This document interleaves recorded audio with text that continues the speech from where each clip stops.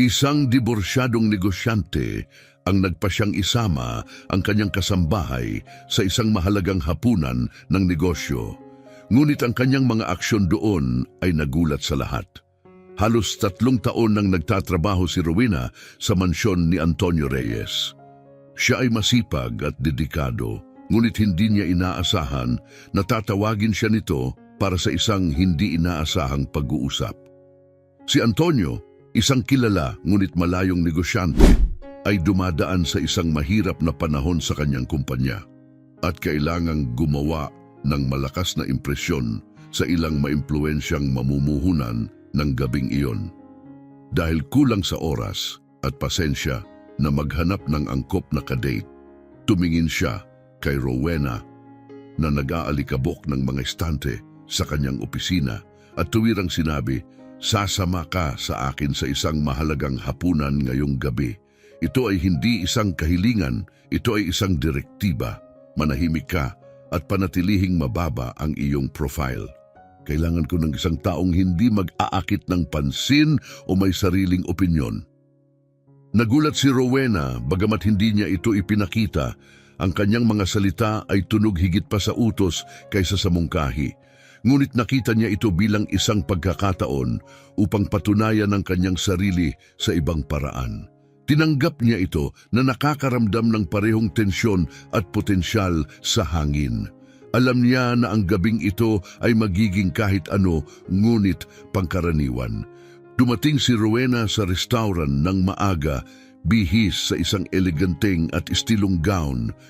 Naghihintay si Antonio sa pasukan, walang pasensya at bahagya siyang tinignan habang bumubulong ng "Tara na," na itinuturing siya na parang rekado kaysa bisita. Habang pumapasok sila sa marangyang restaurant, nadama ni Rowena na sinusundan sila ng mga mata ng mga tao. Sa gitna ng silid ay nakaupo ang grupo ng mga mamumuhunan na kanilang nakatakda upang makilala. Ipinaalam siya ni Antonio ng walang interes, hindi binabanggit ang kanyang apelyido. Sabi niya, "Ito si Rowena, kasama ko siya ngayong gabi," na may kaunting interes sa kanyang boses. Ang mga mamumuhunan, lahat nakasuot ng matitinong suits, ay magalang na tumango, bagaman ang ilan ay nagpalitan ng mga tanong na tingin. Napansin ni Rowena ang banayad na paghuhusga sa kanilang mga ekspresyon ngunit nanatiling kalmado. Sa buong gabi, pinag-usapan ni na Antonio at mga mamumuhunan ang negosyo, mga numero, kita at hinaharap na paglago habang si Rowena ay nanatiling tahimik, maingat na nagmamasid at sumisipsip sa bawat salita. Pagkatapos, sa isang punto, lumapit sa kanya si G. Torres, isang matangkad at nakakatakot na lalaki na may bahagyang mapangmataas ng ngiti. "Rowena, ano ang palagay mo sa pagsama sa isang hapunang pangnegosyo tulad nito?" Ang tono niya ay nagpapahiwatig na inaasahan niyang magiging mahinahon at reserbado ang kanyang sagot. Nakadama si Rowena ng tensyon sa paligid ng mesa at maaari sana siyang ngumiti lamang at magbigay ng isang banayad na sagot. Ngunit pinili niyang magsalita ng may kumpiyansa. Sa totoo lang, kawili-wili makita ang proseso ng personal, mahinahon niyang tugon. Ang focus sa mga numero at mga pagtataya ay kawili-wili. Ngunit sa tingin ko mahalaga rin na maintindihan ang mga individual na nagtutulak ng mga numerong ito. Natahimik ang mesa, nagulat, nanatiling kalmado si Rowena habang tinitingnan siya ni Antonio, nagulat at naiinis. Ipinakita niya ang eksaktong uri ng independenteng pag-iisip na sinabi niyang iwasan. Si G. Torres, sa simula'y nagulat, ay marahang tumawa, malinaw na naaakit. Iyan ay isang kawili-wiling pananaw, aniya, habang ang iba pang mga mamumuhunan ay lumingon kay Rowena na may bagong interes. Namutla ang mukha ni Antonio, halatang hindi komportable sa di inaasahang pansin na nakukuha ni Rowena. Ang gabi ay nagiging kahit ano, ngunit hindi mapapansin eksakto ang kabaligtaran ng kanyang intensyon. Rowena ay sa wakas ay nagsimulang magpakita ng kanyang kakayahan sa isang kapaligirang hindi niya talaga nadama na kanya hanggang sa puntong iyon. Habang lumilipas ang gabi, nanatili siyang matatag kahit napansin niyang hindi komportable si Antonio. Hindi siya tinitingnan. Sa mata ni Antonio, malinaw na nababahala sa kanyang pag-uugali. Si G. Torres sa kabilang banda ay nagpakita ng lumalaking interes sa kanya marahil dahil hinahamon niya ang karaniwang inaasahan sa isang hapunang pangnegosyo. Ang usapan ay lumipat pagkatapos sa responsibilidad panlipunan, isang paksa na lalong lumayo kay Antonio mula sa interes ng mga mamumuhunan. Nang tanungin ni G. Torres tungkol sa mga inisyatibong panlipunan sa kumpanya ni Antonio, naguluhan si Antonio sa pagbibigay ng sagot. Mahinahon at kolektado, sumabat si Rowena. Iminumungkahi na ang mga negosyo ay dapat magbigay ng kontribusyon sa komunidad. Binibigyang diin na hindi lang tubo ang lahat. Nakakuha ito ng atensyon ng lahat sa mesa, ngunit hindi umurong si Rowena na natiling kalmado. Ito ay humanga kay G. Torres na hayagang sumang-ayon sa kanya, na tila lalo pang nagpagalit kay Antonio. Nainis sa kanyang pagiging tanyag, hinamon ni Antonio ang kanyang pag-unawa sa pamumuno. Iminumungkahi na hindi niya lubos na nauunawaan ang buong larawan. Direktang hinarap ni Rowena ang hamon niya, sinasabing kung minsan ang mga may mas kaunting kapangyarihan ay maaaring makakita ng mga bagay na hindi makita ng nasa itaas. Ang matapang na sagot na ito ay nakakuha sa kanya ng paghanga mula kay G. Torres at iba pang mga mamumuhunan. Malinaw na nagbago ang dinamika ng gabi. Si Antonio ay napatahimik, unti-unting nawawala ang kanyang kontrol. Pagkatapos ng hapunan, mabilis na umalis si Antonio, nababahala sa mga pangyayari ng gabing iyon. Bumalik sa mansyon, hinarap niya si Rowena, pinagsabihan siya sa pagpapahayag at ipinaalala sa kanya ang kanyang lugar bilang isang kasambahay lamang. Ipinagtanggol ni Rowena ang kanyang sarili, ipinaliwanag na tumutugon lamang siya sa direktang tanong. Sa kabila ng matitinding salita ni Antonio at sa huli, ay tinanggal siya, umalis si Rowena na buo ang dignidad, handa para sa isang bagong simula. Kinabukasan, nakatanggap siya ng hindi inaasahang alok sa trabaho mula kay G. Torres na humanga sa kanya sa hapunan. Tinanggap niya ang posisyon at hindi nagtagal ay umunlad siya sa kanyang bagong papel, nakakakuha ng respeto at natutuklasan ang bagong mga talento. Samantala si Antonio ay nakaranas ng pagbagsak sa kanyang negosyo, gumawa ng mga padalos-dalos na desisyon na humantong sa malalaking pagkalugi. Sa kalaunan, ang bagong kumpanya ni Rowena ay maging nakuha ang isang bahagi ng kumpanya ni Antonio. Inilagay siya sa isang posisyon ng impluwensya sa kanyang mga gawain. Ang pagpupulong ay naganap sa isang mahalagang komperensya ng mga lider. Nang pumasok si Antonio sa silid at nakita si Rowena sa mesa, kumupas ang kanyang mukha. Huminto siya, nakatitig sa kanya, nagtataka kung paano ang dating kasambahay niya ay maaaring kasama sa ganitong distinguidong grupo. Sinuklian ni Rowena ang kanyang tingin ng isang matatag, kalmadong ekspresyon na walang ipinapakitang pait sa kanya. Ang kanyang focus ay nakatuon lamang sa kanyang bagong papel at sa pagkakataong magdulot ng pagbabago. Ang hangin ay puno ng tensyon. Pagkatapos ng diskusyon, lumapit si Antonio sa kanya. Ang mukha niya ay seryoso. Ang kanyang damdamin ay halo ng pagkagulat at inis.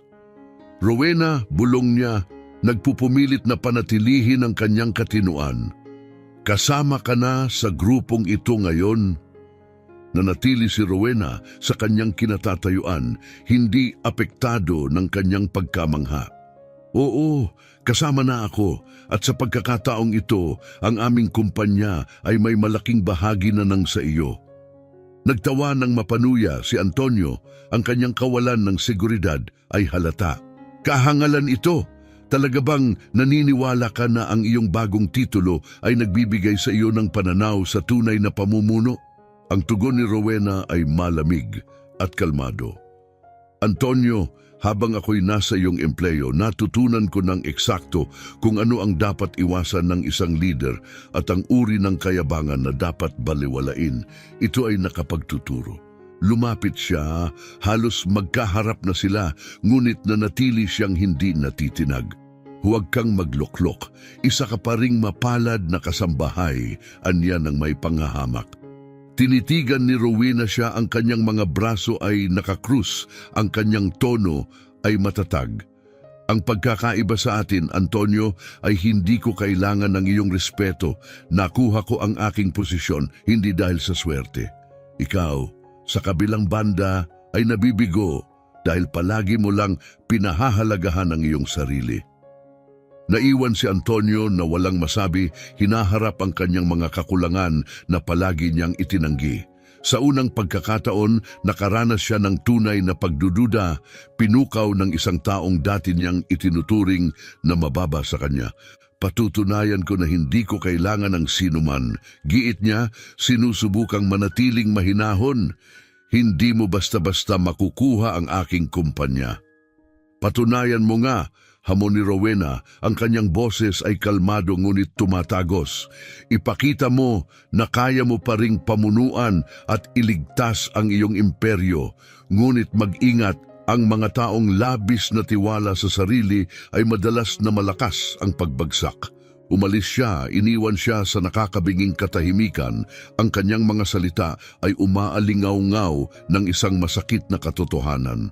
Nakadama si Antonio ng pagkakahiwalay at pagkababa, ngunit ito ay isang paghahayag na hindi na niya maaring baliwalain ang mga pagkakamaling nagtutulak sa kanya patungo sa pinansyal na pagkasira.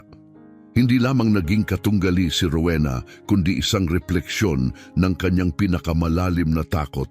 Walang awang ibinubunyag ang kanyang mga pagkukulang. Ang kanyang mga salita ay bumabagabag kay Antonio, isang matinding katotohanan na ngayon ay hindi na niya matakasan. Pagkatapos ng tunggalian, ang kanyang mga nakaraang pagkakamali ay lalong nagiging malinaw. Pinatataas ang kanyang mga takot sa nalalapit na pagkabangkarote. Sa unang pagkakataon, tunay niyang nadama ang mga kahihinatnan ng kanyang kayabangan, isang kayabangan na nagtaboy sa mga pinahahalagahang empleyado, kasosyo at mga miyembro ng pamilya.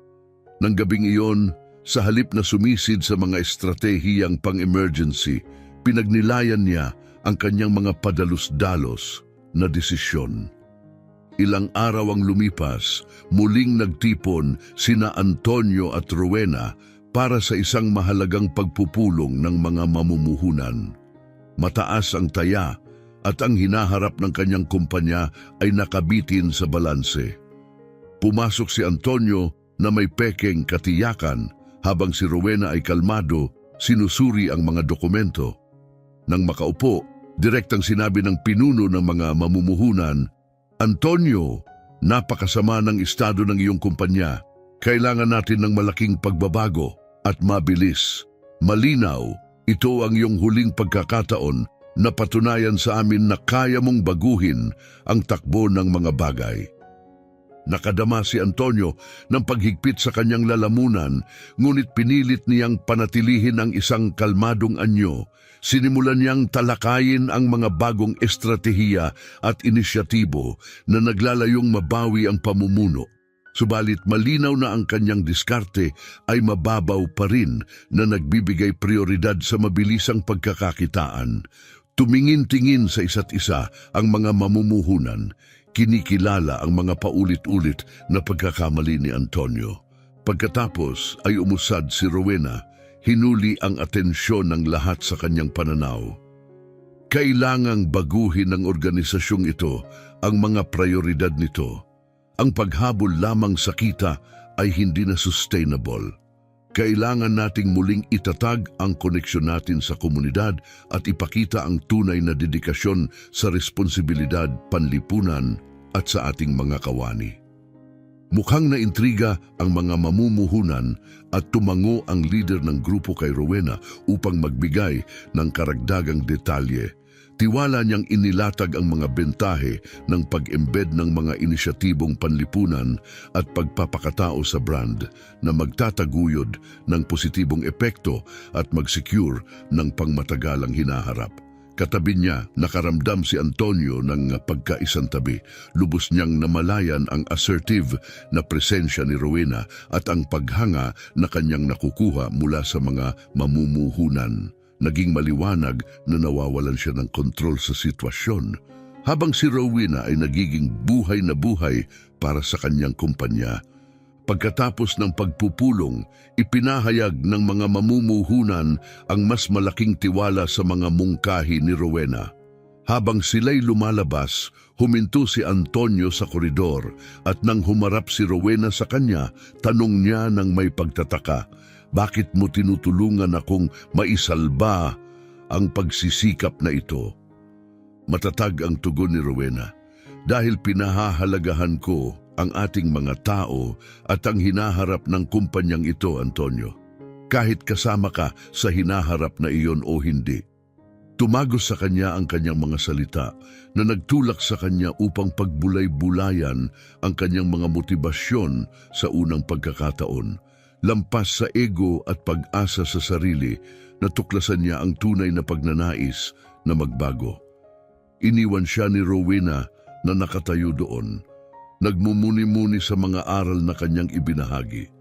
Bigla, hindi na lamang siya kasamahan, siya ay naging mahalagang mentor niya.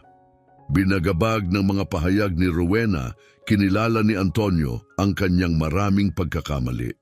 Sa kabila ng kanyang hangaring magbago, naramdaman niya ang patuloy na paghusga ni Rowena. Determinado siyang ipakita ang kanyang halaga, hinimok ng parehong pangangailangan para sa personal na pagbabago at isang punto na patunayan. Ngunit ang lumalaking tensyon sa pagitan nila na pinapalakas ng matalas na mga kritisismo ni Rowena ay nagpagalit sa kanya.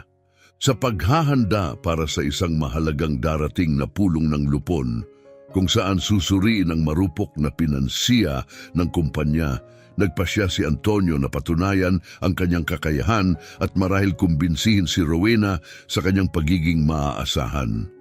Sa araw ng pulong, ganap na handa si Rowena na may komprehensibong presentasyon. Samantalang, nagdagdag si Antonio ng isang matapang na karagdagan sa kanyang mga plano. Umaasa siya na ang kanyang inisyatibo ay magbibigay impresyon sa lupon at ipapakita ang kanyang dedikasyon. Habang umuusad ang pulong at ang maingat na estratehiya sa paglago ni Rowena ay nakakuha ng pabor, sumabad si Antonio. "Kinikilala ko ang mga merito sa estratehiya ni Rowena, anya, na nakakaistorbo sa kanyang presentasyon. Ngunit ipinaglalaban ko ang mas agresibong ekspansyon. Kailangan nating ipahiwatig sa merkado ang ating bagong direksyon." Tiningnan siya ni Rowena ng may halo ng pagdududa at pagtuligsa. Nakilala niya ang kanyang tangkang magpakita ng sarili, ngunit hindi ito ang panahon para sa mga laro ng ego. Sa isang sukatan na boses, sumagot siya, "Antonio, nakita natin kung saan tayo dinala ng ganyang mga taktika noon. Ang ating focus ay sa pag-restructure at pag-prioritize sa ating misyon, hindi sa mabilisang ekspansyon." Makinig ang lupon sa kanilang diskusyon, halatang nahihirapan, ngunit nagpatuloy si Antonio. "Naririnig ko ang iyong mga alalahanin, Rowena, ngunit nang hindi gumagawa ng matapang na hakbang, nagugutom tayo sa pagtigil at pagbaba. Kailangan nating maging visible, kailangan nating maghatid ng mga resulta." Umiling lamang si Rowena, pinapanatili ang kanyang kalmado. "Ang kailangan natin ay pagkakapare-pareho, Antonio. Ang ating mga pagsisikap ay dapat sumuporta sa isang sustainable na proyekto, hindi sa mga kapritsyo ng pamumuno." Ang atmosfera sa silid ay makapal sa tensyon. Habang ilang miyembro ng lupon ay pabor kay Rowena, ang iba naman ay tila nakikinig sa perspektibo ni Antonio. Subalit si G. Cruz, ang presidente ng Lupon, ay nanghimasok, hinihiling sa kanilang dalawa na magtulungan sa isang magkasamang panukala para sa darating na pagpupulong. Tumango si Rowena, kalmado ang mukha, ngunit naramdaman ni Antonio na siya ay nasa gilid ng pagkatalo. Nadama niya na unti-unting nawawala sa kanya ang hawak sa kumpanyang kanyang itinatag, na nagiiwan sa kanya ng tumitinding pakiramdam ng kawalan ng kapangyarihan. Nang gabing iyon, nanatili si Antonio sa kanyang opisina. Masusing binubusisi ang mga pahayag pinansyal, naghahanap ng paraan upang pagandahin ang apela ng kanyang panukala. Punong-puno ang kanyang isip ng mga ideya, ngunit wala ni isa ang tila magagawa nang hindi nalalagay sa panganib ang integridad ng proyekto. Noon siya nakatanggap ng mensahe mula sa isang dating kakilala, isang negosyante ang handang mag-invest ng malaking halaga sa kanyang kumpanya kapalit ng maliit na papel sa paggawa ng desisyon sa mga inisyatibong panlipunan. Para kay Antonio, ito ay lumitaw bilang isang napapanahong solusyon. Maaari niyang siguraduhin ang kinakailangang pondo habang pinapatunayan kay Rowena ang kanyang dedikasyon sa kapakanan ng kumpanya. Nang hindi kumukonsulta kay Rowena o sa Lupon, nag-ayos siya ng pagpupulong sa investor. Kinabukasan, iniharap niya ang kanyang pangitain para sa mabilis na pagpapalawak at agad na lumagda sa isang paunang kasunduan.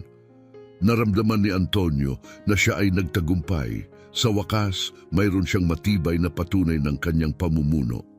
Subalit, ang reaksyon ni Rowena sa kontrata ay malinaw na pagkadismaya. Nang malaman ang tungkol sa kasunduan, diretso siyang pumunta sa opisina ni Antonio. Siya ay nasa kalagitnaan ng pag-uusap sa bagong investor, masiglang pinag-uusapan ang mga plano sa pagpapalawak. Nang mapansin niya ang pagdating ni Rowena, naramdaman niya ang malamig na takot. Ang galit niya ay kapansin-pansin at naghanda siya para sa isang mahirap na konfrontasyon. Pagkatapos ng tawag, hinarap siya ni Rowena, nakakrus ang mga braso at matindi ang titig.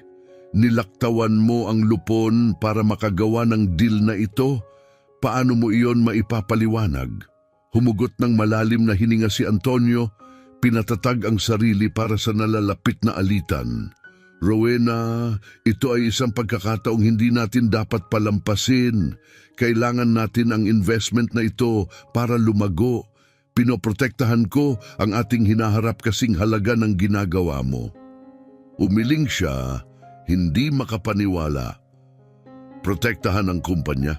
Antonio, hindi mo ba nakikita ang panganib dito?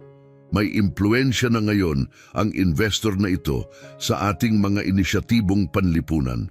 Paano kung hilingin niya ang mga pagbabagong nakikinabang lamang sa kanyang interes? Nagsikap si Antonio na manatiling kalmado. Isang pinag-isipang panganib, Rowena. Hindi niya tayo kontrolado. Nais lamang niya ng maliit na bahagi, wala ng iba. Kitid ng kanyang mga mata.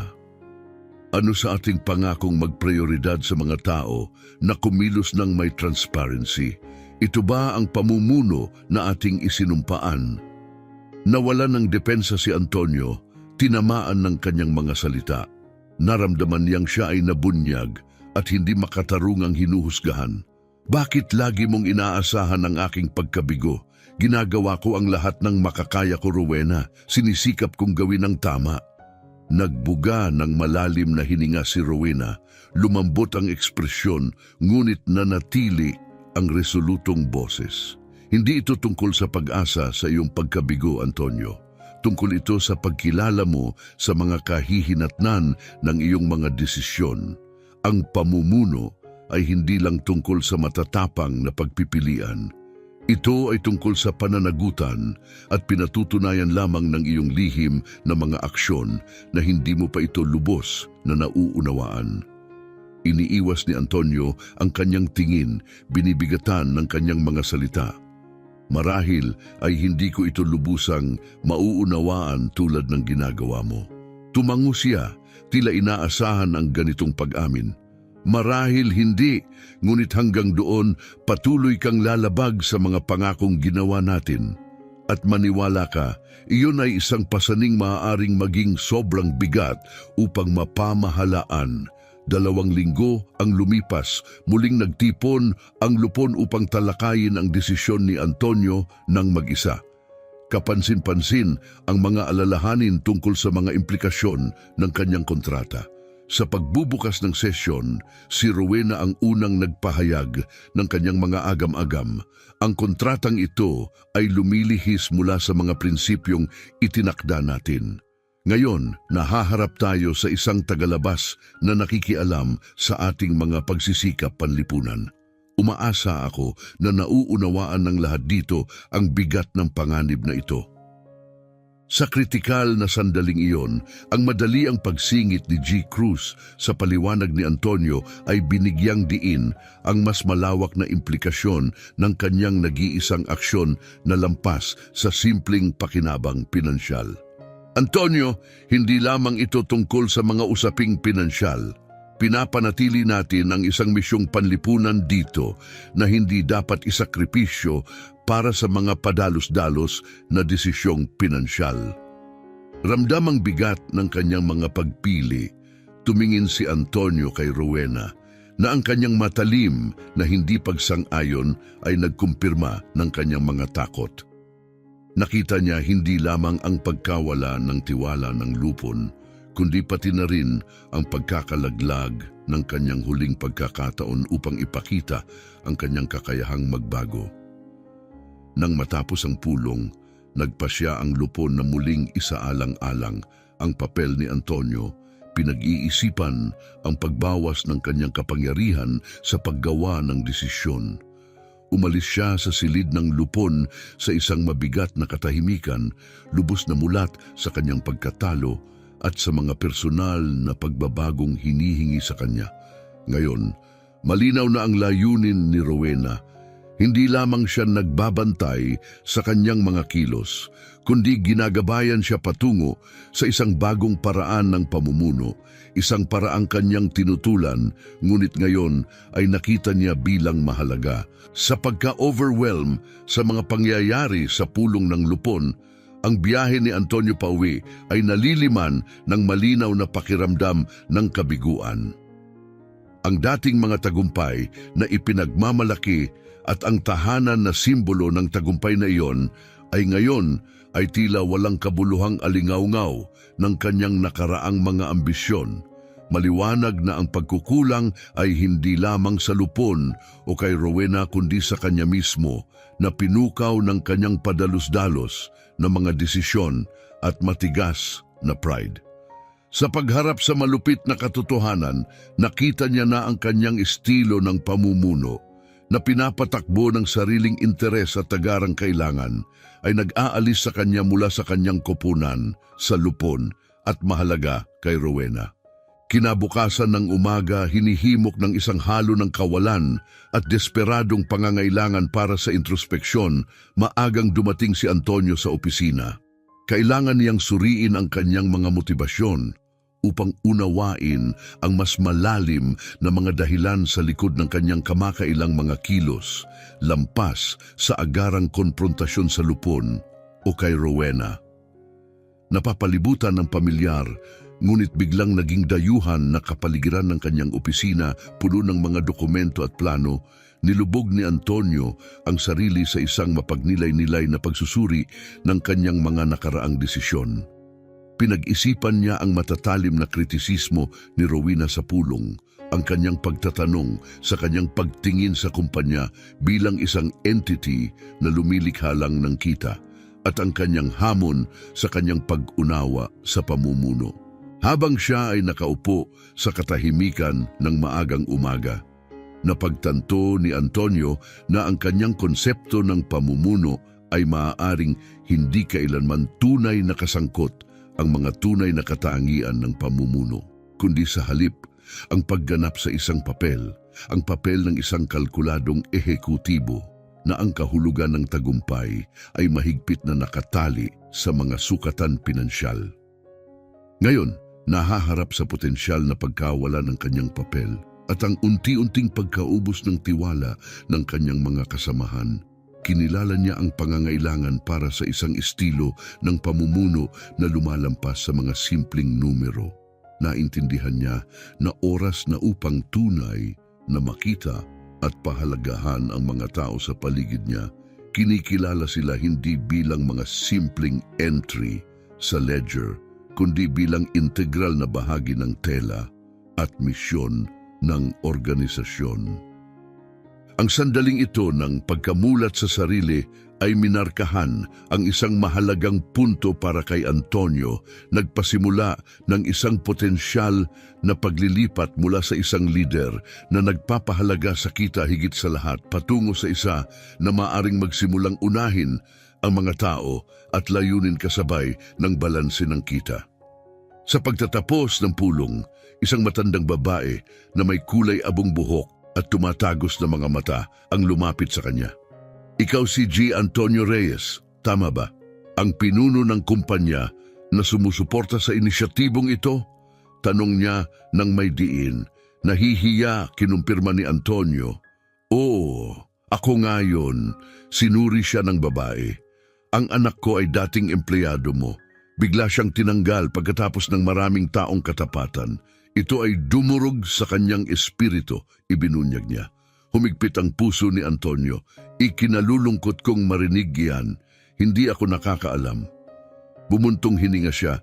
Marahil hindi ka talaga nag-abalang alamin. Ngunit nakikita kita rito. Marahil ay may pagbabago. Umaasa lang ako na ito'y tunay. Ramdam ang pagkakalantad at pagkabawas sa sarili dahil sa tapat na puna ng babae, kinilala ni Antonio ang hindi sinasadyang epekto ng kanyang mga desisyon sa buhay ng mga tao. Siya nga ang tipo ng negosyanteng pinuna ni Rowena, isang nagmamaliit sa halaga ng kanyang mga empleyado. Bumalik sa opisina, malalim ang epekto ng engkwentrong iyon, hinanap ni Antonio si Rowena. Ngayon, tunay kong naintindihan ang iyong mensahe, amin niya ng may pasasalamat. Tiningnan siya ni Rowena sa mata. Ang kanyang ekspresyon ngayon ay mainit na may empatiya. Simula pa lang ito, Antonio. Ang tunay na pagbabago ay unti-unti at nangangailangan ng patuloy na aksyon. Sa paglipas ng panahon, maaari mong matutunan na ang tunay na pamumuno ay nangangahulugan na maglingkod. Hinikayat ni Rowena, dumalo si Antonio sa isang strategy session kasama ang team ng social project sa susunod na linggo. Pagpasok niya, naramdaman niya ang iba't ibang antas ng pagdududa at pag-asa mula sa staff. Ramdam niya ang presyur na ibalik ang kanilang tiwala, ngunit alam niyang limitado ang kanyang oras. Binuksan ang pulong sa pamamagitan ng pagpapahayag ng mga hamon at inaasahan ng mga miyembro ng team. Binigyang diin ni Paul, isang masigasig na batang staff, ang kakulangan ng resources at ang presyon para sa agarang mga resulta. Mahalaga ang pagiging pare-pareho, tugon ni Antonio sa isang mapanuring ngunit matatag na tono. Hindi ito panandaliang pakikipagsapalaran. Umaasa ang mga individual na ito sa ating patuloy na pangako at pasensya. Makinig ng mabuti, sinipsip ni Antonio ang kahalagahan ng kanyang mga nakaraang desisyon. Kinilala niya na si Paul at Rowena ay nagbahagi ng pananaw para sa isang makabuluhan at pangmatagalang proyekto. Sa unang pagkakataon, siya ay tunay na interesado sa pag-unawa sa iba't ibang pananaw sa halip na idikta ang kanyang sarili. Determinadong makisali ng direkta, pinili ni Antonio na sumisid sa proyekto. Aninagin ang papel ng isang tagamasid kaysa leader. Sa mga pagbisita sa mga site ng komunidad kasama si Rowena, nakilala niya si Elisa, isang batang ina na binago ng programa ang buhay. Buong damdamin niyang ikinuwento kung paano nakatulong ang pagsasanay upang makakuha siya ng trabaho na nagbibigay daan sa kanyang masuportahan ang kanyang anak na babae. Ang bawat kwento ay binibigyang diin ng tunay na epekto ng tao ng kanyang mga desisyon, malayo sa mga abstraktong numero sa mga spreadsheet. Sa pamamagitan ng mga pakikipag-ugnayang ito, nagsimulang makita ni Antonio ang malalim na epekto ng mga inisyatibang itinaguyod ni Rowena at napagtanto na ang tunay na sukatan ng tagumpay ay nasa personal na paglago at pagpapabuti ng mga taong kanilang pinaglilingkuran. Bumalik sa opisina, hinanap ni Antonio si Rowena. Ang kanyang tono ay mas taimtim at matatag kaysa dati. Tama ka, Rowena. Palagi kong nakikita ito bilang isang paraan lamang upang mapabuti ang aking imahe at makabalik sa itaas. Ngunit mali ako. Ngayon, nakita ko iyon. Tiningnan siya ni Rowena ng may pag-iisip. Kaya, ano ang susunod mong hakbang? Malalim siyang huminga, maingat na binubuo ang kanyang tugon. Kailangan kong matuto, talagang matutunan kung paano ito gawin ng maayos upang maglingkod at tunay na maunawaan ang epekto ng ating nililikha. Gusto kong maranasan ng lahat ang tunay na pamumuno, isang bagay na kulang ako. Tumango si Rowena, napansin ang katapatan sa kanyang boses sa unang pagkakataon. Kung gayon, hayaan mong gabayan ng pananaw na iyan ang bawat desisyon, bawat pakikipag-ugnayan. Ipakita sa amin sa pamamagitan ng mga aksyon, hindi lang salita na maaari kang magbago. Sa mga sumunod na linggo, lubos na inilubog ni Antonio ang kanyang sarili sa mga proyekto. Malapit na minomonitor ang kanilang pag-unlad at sinisipsip ang kaalaman mula sa team. Nagbago ang kanyang diskarte. Hindi lang siya ang ehekutibo na nag-uutos, kundi isang kalahok na sabik makinig, matuto at tumulong. Noong una, tiningnan ng lupon ang kanyang pagbabago ng may pagdududa, ngunit unti-unti sinimulan nilang mapansin ang pagbabago sa kanyang asal. Siya ay mas bukas sa feedback at hindi na masyadong nagmamadali sa kanyang mga desisyon. Pinanood ni Rowena ang kanyang pagbabago na may halo ng pag-asa at pag-iingat. Alam na ang tunay na pagbabago ay dahan-dahan at nangangailangan ng patuloy na pagsisikap. Sa pagtatapos ng buwan, nadama ni Antonio ang bagong kapanatagan sa kanyang mga desisyon at kilos. Ngayon, nakikita niya ang inisyatibo hindi bilang isang hagdan patungo sa personal na papuri, kundi bilang isang pangako na nakakaapekto sa maraming buhay. Nang maabutan niya si Rowena habang siya ay dumadaan sa kanyang opisina, tumayo siya upang ipahayag ang kanyang pasasalamat. Salamat, Rowena, sa pagtayo sa tabi ko kahit noong parang hindi ko kailanman mauunawaan. Nag-aalok siya ng maliit, nakakaalam ng ngiti. Ang pamumuno ay isang mahabang paglalakbay, Antonio. Ngunit sa tunay na dedikasyon, mauunawaan mo ang tunay nitong halaga. Pinatibay ng pagbabagong ito ng perspektibo, inilaan ni Antonio ang kanyang sarili sa proyekto na may bagong sigla. Ikinagulat ng kanyang mga kasamahan. Ang kanyang mga araw ay puno ng mga pagbisita sa komunidad at masusing pagsusuri sa pinansya ng proyekto. Ang kanyang pananaw sa inisyatibo ay umunlad mula sa pagtingin dito bilang isang simpleng pamumuhunan patungo sa pagyakap dito bilang isang mahalagang misyon. Napansin ng mga miyembro ng lupon ang pagbabagong ito kasama si Rowena sa mga unang nakakilala kung gaano kalalim ang pakikilahok ni Antonio. Sa mga unang buwan, pinanatili niya ang maingat na distansya, may pagdududa kung ang kanyang binagong saloobin ay napapanatili. Gayunpaman, ang patuloy na pakikilahok ni Antonio, ang kanyang tapat na mga pagtatanong at ang kanyang pangako na maunawaan ang mga pangangailangan ng komunidad ay unti-unting nakumbinsi siya at ang iba pa sa kanyang katapatan. Habang ipinakita niya ang kanyang dedikasyon, lumago ang tiwala at paggalang ng lupon sa kanya na nagmamarka ng isang makabuluhang hakbang sa kanyang paglalakbay patungo sa tunay at makabuluhang pamumuno. Nang mag-umpisa si Antonio na lumipat mula sa formal na mga pagpapakita patungo sa aktibong pakikilahok sa mga pagpupulong ng proyekto, nagsimula siyang maging mas malalim ang pakikipag-ugnayan sa mga kalahok. Ang pag-aaral ng kanilang mga pangalan, pakikinig sa kanilang mga kwento at pagsubaybay sa kanilang pag-unlad ay nagbago ng kanyang pag-unawa sa epekto ng proyekto, isang malinaw na kaibahan sa kanyang nakaraang buhay ng karangyaan at mataas na taya sa negosyo. Sa isa sa kanyang mga pagbisita, nakilala niya si Anita, isang babaeng nasa middle age na nakaranas ng kawalan ng trabaho at nakita ang proyekto bilang isang bagong simula. Ang kanyang taus-pusong kwento tungkol sa pagtagumpayan ng mga pagsubok at muling pag-angkin ng kanyang dignidad ay labis na nakapagpalalim ng damdamin ni Antonio. Higit pa ito sa trabaho para sa akin, Ginoong Antonio, sabi ni Anita sa kanya. Ang kanyang mga mata ay nagpapahayag ng matinding emosyon. Ito ay isang bagong buhay. Pakiramdam ko nakikita ako dahil sa aking potensyal sa unang pagkakataon. Ang pag-uusap na ito ay nag-iwan kay Antonio ng malalim na damdamin.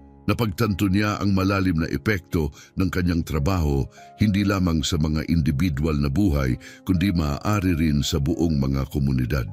Lalong tumibay ang kanyang resolusyon na igalang ang tiwalang ipinagkaloob sa kanya ng mga kalahok sa proyekto. At naging higit pa sa pagiging isang tagapamahala ang kanyang paglahok, ito ay naging personal at masidhing pagkakasangkot. Ang proyekto ay umunlad mula sa mga simpleng plano patungo sa isang maliwanag na realidad na may mahahawakang resulta na hindi lamang nagpabuti ng mga buhay kundi nagpataas din ng reputasyon ng kumpanya.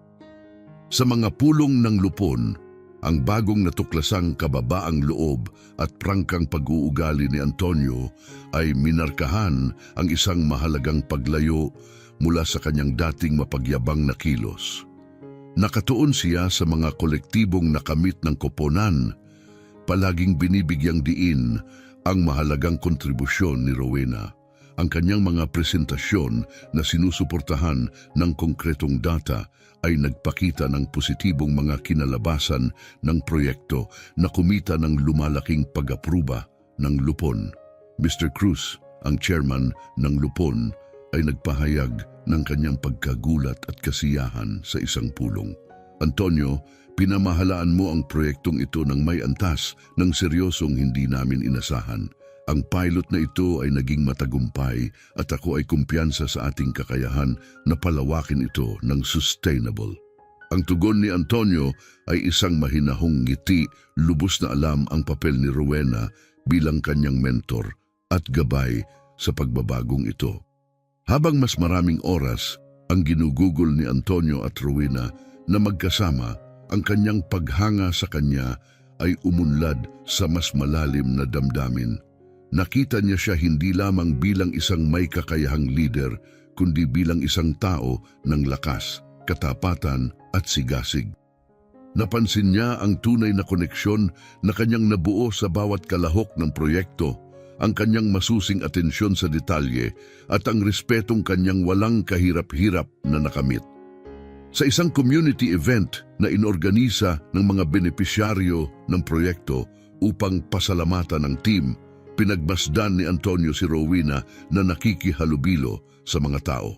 Ang kanyang natural na kabaitan at ginhawa sa pakikisalamuha sa mga miyembro ng komunidad ay nag-iwan ng pangmatagalang impresyon sa kanya. Maliwanag na si Rowena ay hindi lamang namamahala sa proyekto, siya ay isang integral na bahagi nito.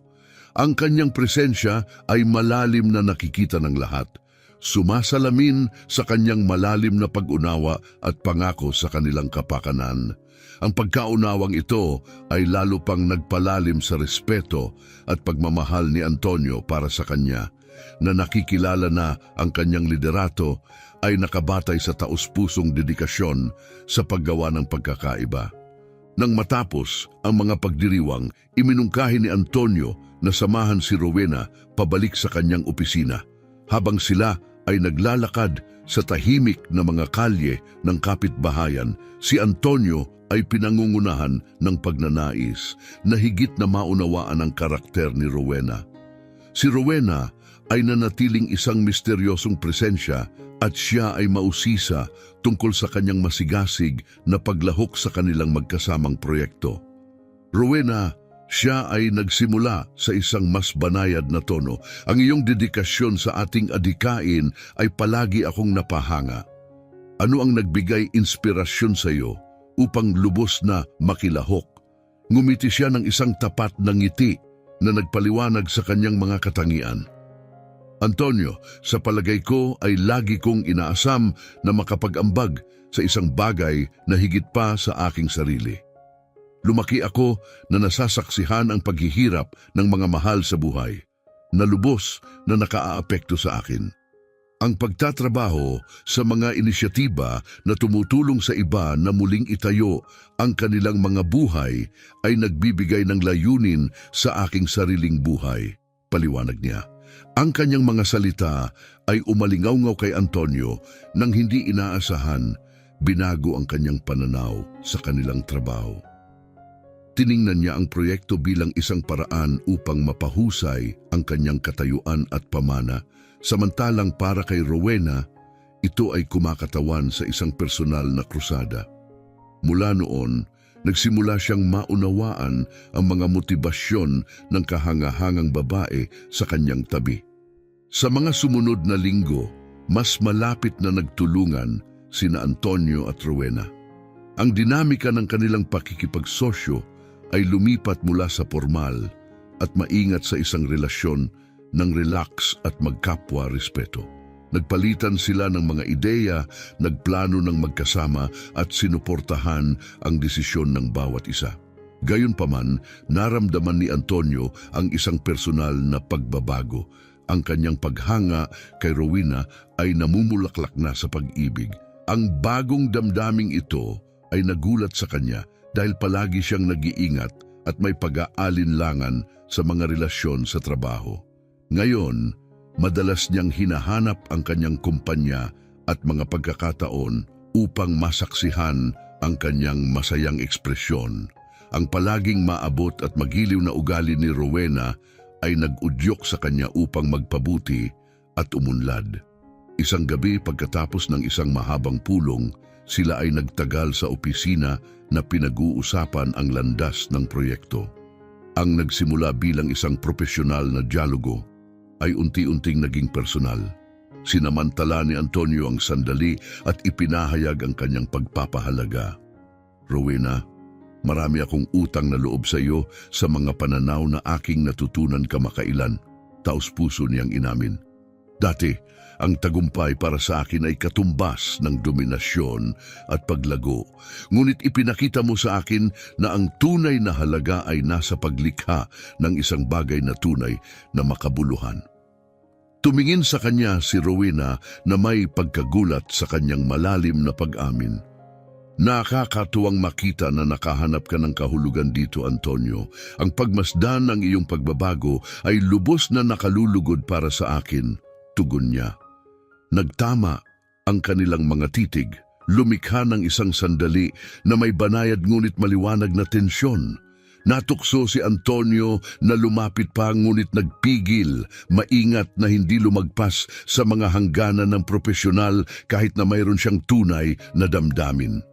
Habang lumilipas ang panahon, lalong lumalim ang pagkaakit ni Antonio kay Rowena. Napansin niya ang mga nuwansa ng kanyang personalidad, ang sigla sa kanyang ngiti kapag nag-uusap tungkol sa isang bagay na taos-puso, ang kanyang kakayahang mag-udyok sa kanilang team, at ang kanyang matatag na pagtatanggol sa misyon ng kanilang proyekto. Kinilala niya ang pagiging natatangi ni Rowena, isang taong nagdaragdag ng malalim na kahulugan at kabuluhan sa kanyang buhay. Isang gabing nagre-review sila ng mga dokumento, biglang nasabi ni Antonio, "Napagtanto mo ba na isa ka sa mga pinakakahangahangang tao na aking nakilala, tama?" Ang mahinang tawa ni Rowena ay umaling-aungaw na antig ng kanyang katapatan. "Salamat, Antonio, ngunit ikaw rin ay lubos na nagbago at naging kahanga-hanga," tugon niya. Ang kanyang mga salita ay gumising ng isang malalim na bagay sa loob niya. Kinumpirma ang kanyang malalim na pagmamahal Ang damdaming ito ay hindi isang simpleng kapritsyo, kundi isang malalim na paghanga at magkabahaging dedikasyon sa kanilang misyon. Nang gabing iyon, habang naglalakad pa uwi si Antonio, kinilala niya na ang impluwensya ni Rowena ay nagbago sa kanya hindi lamang profesional kundi emosyonal, at nauunawaan niya na ang kanyang buhay ay di maiiwasang nabago. Ang mga sumunod na araw ay nakita sina Antonio at Rowena na mas lumalapit.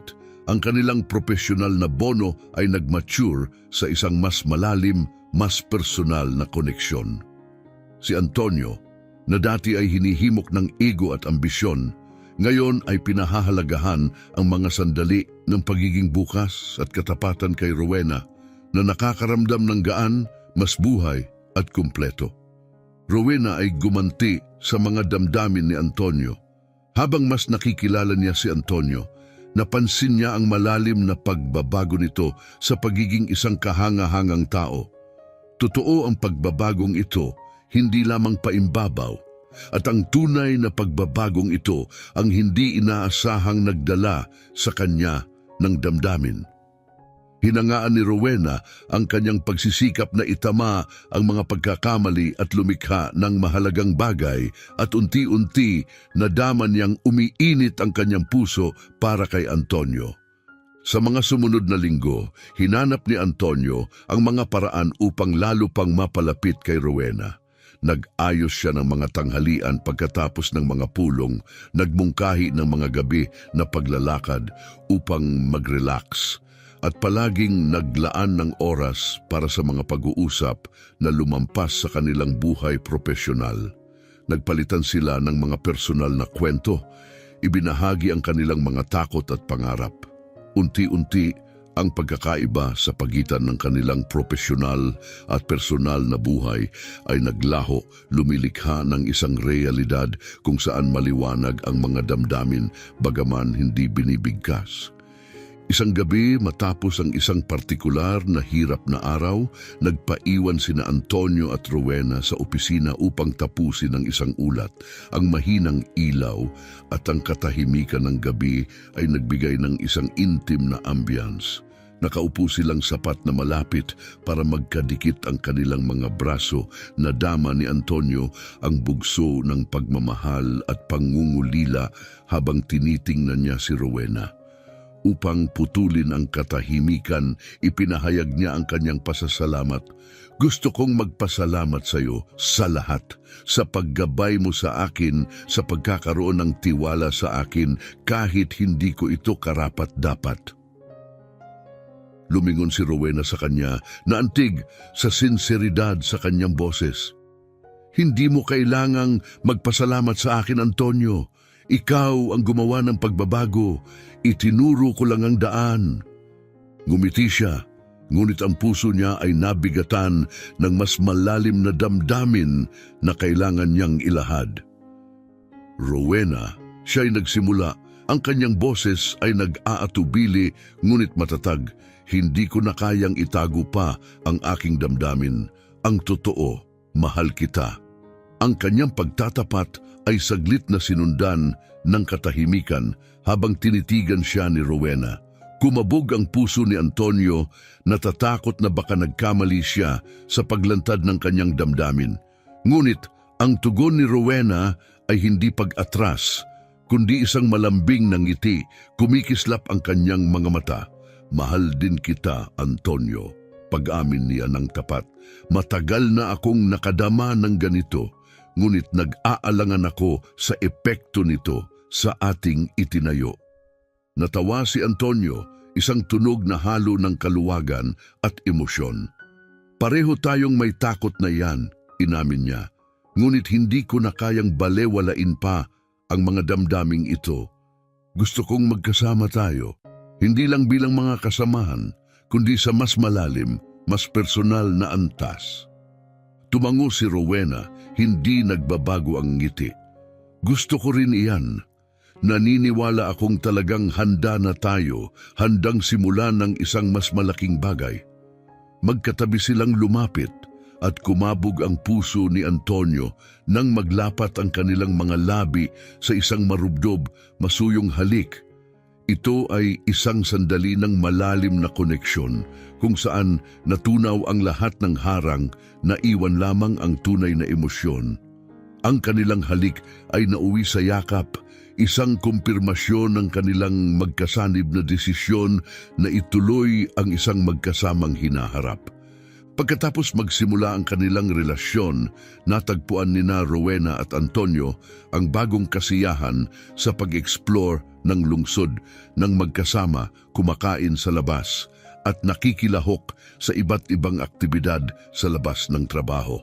Ang mga ibinahaging karanasang ito ay lalong nagpalalim ng kanilang koneksyon at unti-unting naging malinaw kung paano sila nagkakadugtong sa isa't isa. Bagamat nanatili silang propesyonal at nakatutok ang kanilang asal sa trabaho, hindi maiwasan ng kanilang mga kasamahan na mapansin ang bagong kinang sa kanilang mga mata at ang lumalakas na ugnayan sa pagitan nila. Parehong nagpasya sina Rowena at Antonio na hindi makakaapekto ang kanilang romantikong relasyon sa kanilang pangako sa kanilang proyekto, na nanatiling kanilang pangunahing prioridad. Sa katunayan, ang kanilang magkasamang hilig ay tila nagbibigay sigla sa kanilang mga pagsusumikap sa profesional. Sa paglipas ng panahon, ang proyekto ay umangat sa bagong taas ng tagumpay na lubos na nakinabang sa lokal na komunidad. Lumawak ang mga oportunidad sa trabaho at namulaklak ang personal na pag-unlad sa mga kalahok.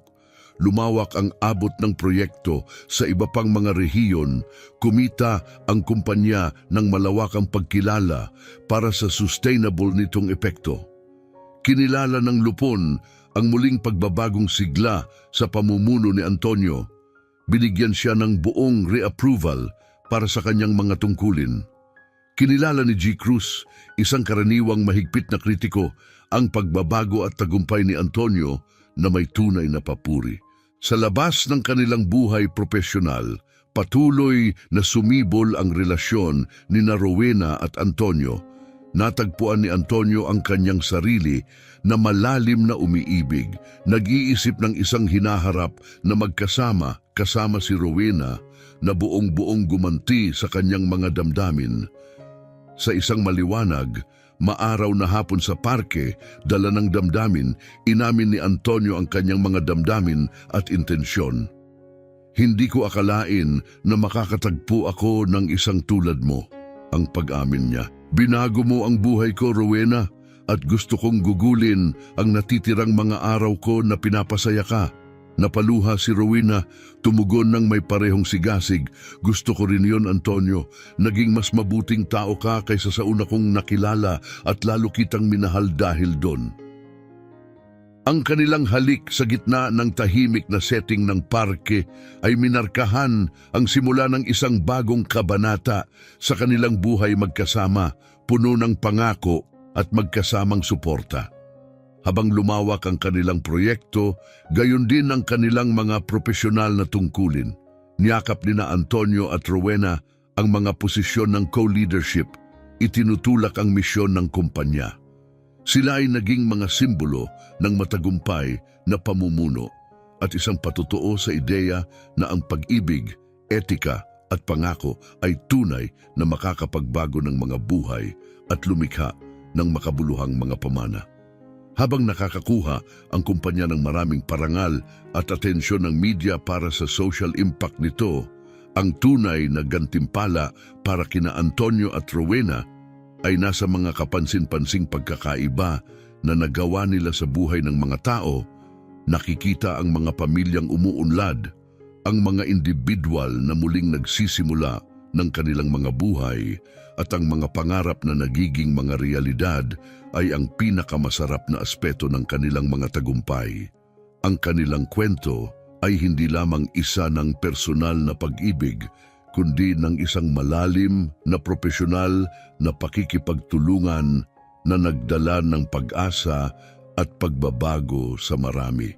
Ilang buwan ang lumipas, ikinasal sina Antonio at Rowena sa isang maaliwalas, pribadong seremonya na dinaluhan ng malalapit na kaibigan, mga kasamahan sa trabaho at mga lokal na positibong naapektuhan nila.